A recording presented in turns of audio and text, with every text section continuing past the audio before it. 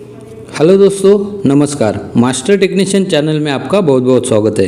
दोस्तों, आज के इस वीडियो में हम इंजन कंप्रेशन टेस्ट कैसे करना है और कब करना है इसके बारे में जानकारी लेंगे। तो सबसे पहले ये जान लेंगे कि इंजन कंप्रेशन टेस्ट क्यों करना है या उसकी ज़रूरत क्यों है, ये जान लेते हैं। अगर इंजन के अंदर पावर लॉस हो रहा है या इंजन स्टार्ट नहीं हो रहा है, अगर इंजन के अंदर डिफेक्टिव फ्यूल सिस्टम होगा या फ्यूल सिस्टम के वजह से गाड़ी स्टार्ट नहीं हो रही है या एयर फिल्टर और कनेक्शंस के वजह से पुअर पिकअप हो सकता है या एग्जॉस्ट सिस्टम चोक हो या ब्रेक जाम हो या इलेक्ट्रिकल सिस्टम में कोई फॉल्ट, इन समस्याओं को छोड़कर अगर इंजन का पावर लॉस हो रहा है तो तभी हम इंजन का कंप्रेशन टेस्ट करेंगे। तो सबसे पहले हमें इंजन को वार्म अप करना पड़ेगा। वार्म अप मतलब इंजन को स्टार्ट करके नॉर्मल वर्किंग टेम्परेचर पे लाना पड़ेगा, यानी कि इंजन को नॉर्मल चलाने के बाद गर्म होता है उतना गर्म करना पड़ेगा। उसके बाद हम एयर फिल्टर को निकाल देंगे। इसके बाद अगर डीजल इंजन हो तो हाई प्रेशर पाइप्स और इंजेक्टर्स को निकालना पड़ेगा। अब ये सीएनजी गाड़ी है, इसलिए हम सिर्फ स्पार्क प्लग को ही निकालेंगे। और अगर इंजेक्टर या स्पार्क प्लग के जगह पर हमें ऐसे वाला जो भी उस जगह लगने वाला सूटेबल एडाप्टर को लगाना है।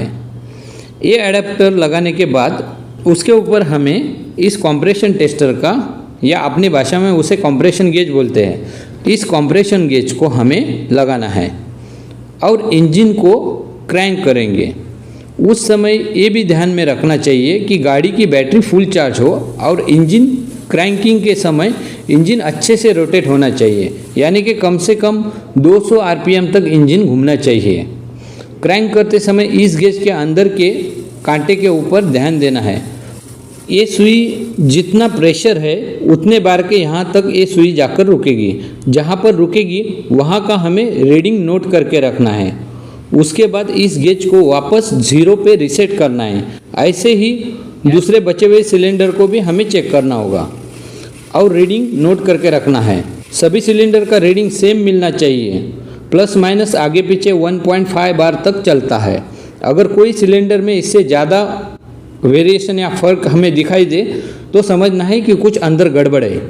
इसमें ये जो लो कंप्रेशन दिख रहा है, इसका मतलब वॉल या पिस्टन रिंग, गैस्केट या सिलेंडर बोर, इसमें कुछ प्रॉब्लम है। तो अगर हम थोड़ा सा इसके अंदर ऑयल का स्प्रे करेंगे और फिर चेक करेंगे, उसमें प्रेशर में अगर इम्प्रूवमेंट कुछ हो रहा है, बदलाव हो रहा है, तो समझना पिस्टन रिंग या सिलेंडर बोर घिसा हुआ है। अब इसमें ऑयल स्प्रे करने के बाद वापस हमने चेक किया है तो इसके अंदर इम्प्रूवमेंट हुआ है। इसका प्रेशर अभी बढ़ रहा है। अब इसका मतलब अंदर कुछ ना कुछ तो गड़बड़ी है सिलेंडर बोर या पिस्टन की तरफ। तो इस इंजन का सिलेंडर हेड हमें खोल के देखना है।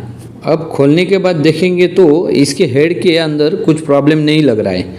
इसके पिस्टन रिंग या सिलेंडर बोर में ही प्रॉब्लम लग रहा है। इसलिए हमें पिस्टन निकाल के बोर को और पिस्टन रिंग को हमें मापना पड़ेगा। पिस्टन रिंग का लैटरल क्लियरेंस, एंड गैप, इसको भी हमें जांचना पड़ेगा। तो दोस्तों, अगर आपको ये इन्फॉर्मेशन अच्छी लगी तो लाइक, सब्सक्राइब, शेयर ज़रूर करना। धन्यवाद।